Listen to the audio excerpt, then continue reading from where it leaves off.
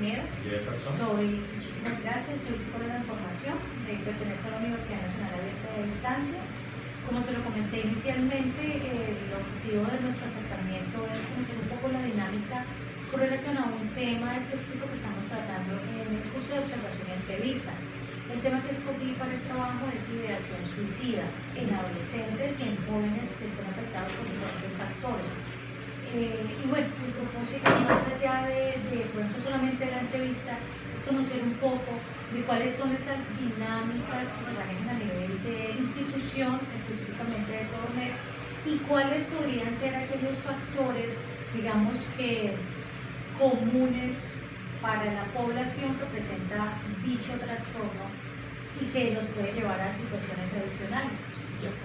Bueno, partiendo desde el principio, los pacientes que obtenemos acá son pacientes que se ha generado una patología psiquiátrica a raíz del consumo de estupefacientes. En su mayoría los pacientes presentan un común que es la ausencia de apoyo familiar, de red familiar.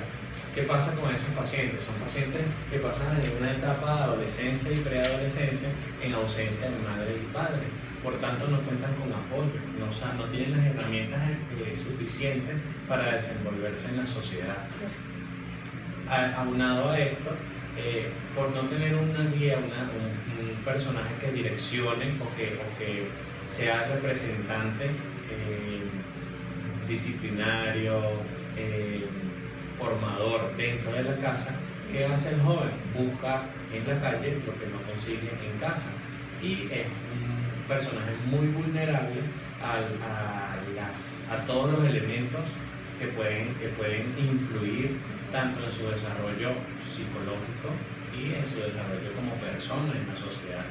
Muchos de ellos pues caen en el vicio, en el consumo de estupefacientes, y otros que también es común en ellos es que se sumergen en la depresión, se aíslan y comienzan con esta ideación suicida. O sea, tenemos dos factores, el consumo y el aislamiento. ¿Cuáles son esos rangos de edades o esa población distribuida en rangos de edades adicional también, digamos, a su ubicación socioeconómica o sociocultural? ¿Cuáles son más o menos esas poblaciones identificadas aquí dentro de la institución? Nosotros no manejamos menores de edad, nosotros manejamos pacientes mayores de 18 años, pacientes adultos. ¿En su totalidad? Sí, en su totalidad. Acá en Prodomed hemos tenido aproximadamente 48 pacientes, cerramos el mes con esa variedad. ¿Sí? Actualmente para el mes de agosto tenemos 32 pacientes, de los cuales esos 32 pacientes tenemos aproximadamente 6 con intento de suicidio y tenemos como aproximadamente 20-22 pacientes con ideación suicida sin haberlo intentado. De acuerdo. Las edades comprenden entre 18 y 24 o 26 años.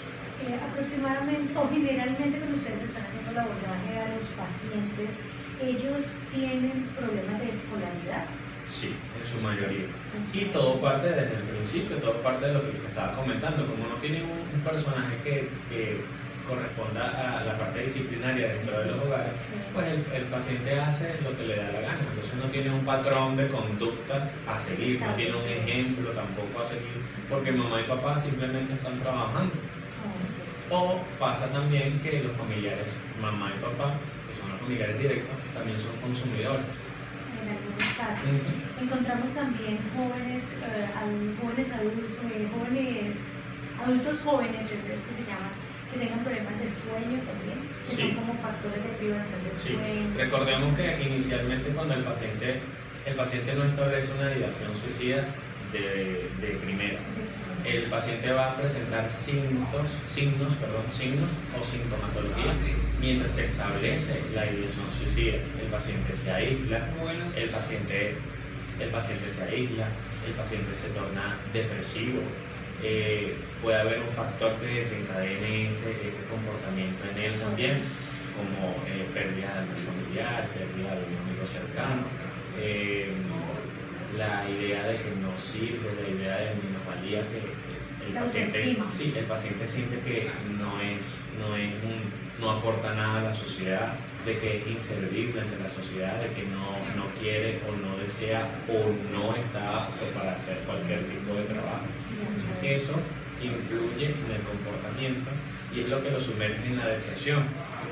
Esa sintomatología, esos signos que ese paciente va a presentar, va a ser durante un proceso largo, como puede ser que se establezca de forma directa. El paciente llegó a la casa, perdió con su mamá y intentó suicidarse. Usted me comentaba que la mayoría de personas que están dentro de la institución son consumidores. En su mayoría. En su mayoría. En su mayoría, porque aquí trabajamos con pacientes como base de consumo de estupefacientes y trabajamos también con pacientes duales. O sea, que el consumo de estupefacientes los llevó a una patología psiquiátrica. Bien. ¿Y cuáles son, por ejemplo, los temas o cómo se aborda cómo es el proceso de tenencia de ellos aquí, la recuperación? Ellos ingresan, ¿cuál es el proceso que deben hacer? Primero para tener ingreso, para generar una permanencia, digamos que su tratamiento y cómo se da posteriormente la salida, que también es, digamos que una pregunta que uno podría llegar a tener, cuándo se recuperen, cuál es el proceso posterior a eso. Listo. Bueno, el paciente debe ser remitido por un centro primario. Sí. El paciente debe tener una historia clínica de consumidor, ¿no? Aparte, pues él debe haber tenido un seguimiento previo al ingreso de la institución. ¿Por qué? Porque nosotros no somos una institución que recibe pacientes totalmente agudos. ¿Qué quiere decir esto? Que este paciente es remitido a un centro ambulatorio donde recibió la ayuda necesaria, pero a pesar de esto, el paciente no se rehabilitó, no tuvo las herramientas suficientes para rehabilitarse. Es decir, que ellos vienen de un proceso anterior. Sí. Y aquí están haciendo una transición Para un siguiente paso. Aquí es un proceso de estabilización. Nosotros estabilizamos al paciente, lo regresamos al sistema primario y lo remitimos nuevamente a su ambulatorio para que él continúe su proceso en casa, que es lo que denominamos hospital en casa. Pero de manera general, ¿ellos tienen aquí algún procedimiento terapéutico? Sí, claro. Entonces, como te estaba comentando, el paciente remitido de la unidad primaria se recibe bajo todos los procesos legales. Inicialmente el paciente debe estar dispuesto, debe tener la disposición y la voluntad de ingresar por sus propios medios. Aquí no se puede tener ningún paciente encarcelado o en contra de su voluntad. Es decir, que ellos están aquí porque lo desean. Porque desean. Pero hay aquellos pacientes que no tienen, digamos, la claridad mental para decir, no están aquí. Va a depender de qué tan descompensados estén, porque hay pacientes que están en una etapa aguda de su patología psiquiátrica y vienen acompañados de sus familiares. Si el paciente realmente en la evaluación mental no presenta una introspección, presenta una introspección nula, o sea, quiere decir que no tiene conocimiento de su enfermedad y adicional a eso tiene un juicio nulo, quien toma la decisión de hospitalización es el familiar, en caso de los pacientes psiquiátricos. Sin embargo, este paciente cuando se estabiliza, deja de estar psicótico, o sea, ya se estabiliza su sintomatología psicótica, se regula y el paciente se estabiliza y desea retirarse bajo sus propios medios, no se le puede tener en contra de su voluntad. Se llama familiar, pues el familiar decide si se lo lleva. Dentro de la institución, ellos llevan un proceso de terapia. En la primera fase, que es su fase de adaptación, ellos se van a adaptar a desintoxicar su cuerpo. ¿Por qué? Porque dejan de consumir la sustancia que eventualmente lo hacían. Pasan por un proceso terapéutico, físico, psicológico y se les brindan las herramientas para que él tenga una inclusión social al momento de la salida de la institución. Aquí hay pacientes que han ingresado, el periodo son 3 meses para todos, es lo que tenemos establecido para todos los pacientes. Hemos visto avances, muy buenos avances en algunos pacientes, como hay otros pacientes que son un poco más lentos en su evolución. A veces quedamos cortos en los 3 meses, a veces los 3 meses el paciente está en muy óptimas condiciones. Incluso tenemos un paciente que sale el 15 de este mes y pues nosotros posterior a la entrevista te vamos a mostrar cómo llegó el paciente y cómo se encuentra actualmente el paciente. Perfecto. ¿Cuál es, doctor, el índice de recaída de los pacientes? Es decir, ellos deben de venir conectados con una EPS o con su sistema de seguridad social, pero ¿tienen un porcentaje de reincidencia de los pacientes? Claro. El porcentaje como tal no es muy claro. ¿Por qué? Porque como son pacientes consumidores, el paciente cuando recae se vuelve habitante de calle. ¿Por qué? Porque ya vienen con un proceso familiar donde el familiar está cansado de llevarlo a centros de rehabilitación, donde el familiar ya está agotó todas las herramientas para sacar al paciente de la situación y simplemente pues el paciente o se escapa de la casa o ya el familiar se da como desentendido y se vuelve habitante de calle. Por eso no tenemos claro el porcentaje de recaída para los pacientes que se convierten en habitantes de calle. Porque no regresan. Ya ustedes no tienen contacto con ellos. No. Pero para aquellos que han estado vinculados con la institución, ¿tiene de pronto de 1 a 10 cuántos pacientes regresan sin convertirse en habitantes de calle? De 32, bueno, digamos que de 1 a 10, 3 regresan. Es un porcentaje alto, estamos hablando de casi 33%. Y eso se debe, o podría usted inferir que se puede deber a los medios sociales, al apoyo de la familia, o hay muchos factores. Falta. ¿Cuáles podrían ser? Pues yo te podría concluir que los factores, el principal factor es que no hay una inclusión social directa para el paciente. Porque el paciente se rehabilita en el centro, sí, sale en muy buenas condiciones, físicas y mentales. Pero ¿qué pasa con ese paciente cuando sale? Impacta con la realidad social. ¿Por qué? Porque no hay un centro que les permita a ellos decir, bueno, eres un paciente rehabilitado.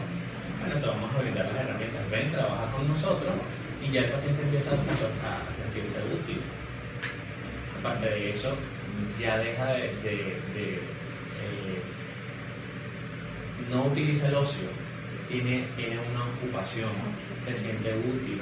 El paciente hay menos posibilidades de consumo de sustancias. O sea, finalmente hay un vacío allí en el proceso de rehabilitación del paciente porque se hace aquí toda una estructura, pero cuando llegan se pierde el proceso. Porque no hay continuidad. O sea, no hay continuidad no por parte de nosotros, sino que no hay continuidad en la inclusión social que ese paciente debería tener. En otras oportunidades también es la falta de apoyo familiar. Porque hay pacientes que salen de acá, salen a ser habitantes de calle nuevamente porque no tienen familia que nos reciban. Y la idea en ese es que caso, y el que debería ser los soportes y tengan toda una estructura que los soporte, los cobije y ellos puedan continuar. ¿Cuáles podrían ser, doctor, de acuerdo a sus habilidades y a la experiencia que tienen acá, esos otros actores que podrían hacer parte de ese proceso que termina con ustedes y que debería de continuar en otra parte? ¿Quiénes podrían ser esos actores? Que ya creería lo que se incluye la familia, pero claro, habrían otros actores adicionales. Sí, aparte de la familia, que sería el pilar fundamental, invitar a las instituciones, tanto educativas como instituciones que puedan brindarle trabajo a estos jóvenes. En su mayoría son jóvenes que son capaces de realizar trabajo desde mecánica hasta como cualquier otro sí, tal cual. Esos serían actores principales. Desde la academia, la familia principalmente y de pronto empresas o terceros que brinden apoyo. Perfecto, doctor. ¿Quisiera usted de pronto hacer algún aporte adicional? ¿Considera que hay algo adicional que quiera comentarme acerca de lo que estamos hablando? Claro. La sociedad es un círculo muy cerrado, y nosotros excluimos a las personas al conocer su historia. En el transcurso de mi experiencia trabajando no solo con pacientes rehabilitados, sino también con pacientes psiquiátricos, el sentarme a conversar con ellos me ha hecho cambiar la perspectiva sobre ellos.